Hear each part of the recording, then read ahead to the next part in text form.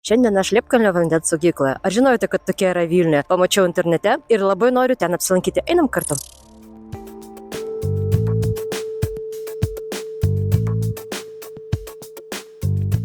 Čia yra giliausias Vilniaus šaltinis, čia yra aukščiausias. Šitas 115 metrų gilius, daugiau mineralų, tvirtesnis pagal mane, ir įsijungs tvirtesnis pagal viską. Šitas yra aukštesnis, mažiau mineralų, minkštesnis vanduo.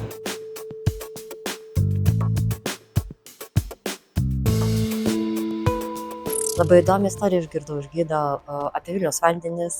Paragavome giliausio vandens iš Antavilių atvežtų ir iš Bukčio. Jis skiriasi, žinokite, gilis daro savo, kai kur daugiau minkštumo yra, Bukčio pavyzdžiui vandeniuose.